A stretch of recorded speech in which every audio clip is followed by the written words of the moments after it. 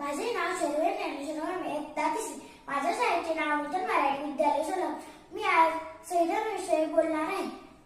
आम्ही भारताचे लोक भारताचे एक सार्वभौम समाजवादी धर्मनिरपेक्ष लोकशाही धर्माच्या वडिवण्याचा व त्याच्या सर्व नागरिकांना सामाजिक आर्थिक व राजनैतिक ज्ञान विचार अभिव्यक्ती विश्वास श्रद्धा व उपासना यांचे दर्जाचित केलेली समानता निश्चितपणे प्राप्त करून देण्याचा आणि त्या सर्वांमध्ये व्यक्तीची प्रतिष्ठा व राष्ट्राची एकता आणि एकात्मता यांचे अस्वस्थ देणारी बंधुता प्रवृत्त करण्याचा संकल्प ज्ञान करून आमच्या संविधान सभे आज दिनांक 26 नोव्हेंबर 1949 रोजी याद्वारे हे संविधान अंगीकृत करून स्वतः आपण प्राप्त करीत आहोत.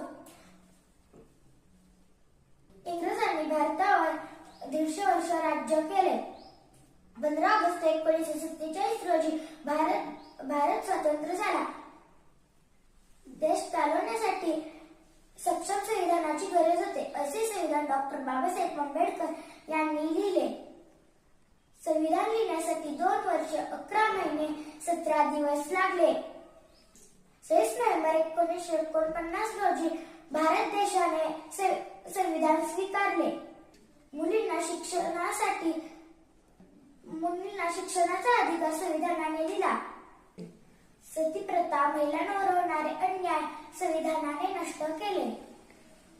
याचाच परिणाम आज भारताची एक राष्ट्रपती एक महिला आहे. जगाला बंधुभावाची आणि प्रगतीची दिशा संविधानाने दिली असे संविधान महामानव डॉक्टर बाबासाहेब आंबेडकर यांनी लिहिले. मोजू तरी कशी उंची तुमच्या कर्तृत्वाची, तुम्ही जगाला शिकवली व्याख्या माणुसकीची. तुम्ही देवही नव्हतात, तुम्ही देवदूतही नव्हते, तुम्ही माणसातल्या माणुसकीची पूजा करणारे एक खरे महामानव होते. डॉक्टर बाबासाहेब आंबेडकर. एवढं बोलून मी माझे भाषण संपवते.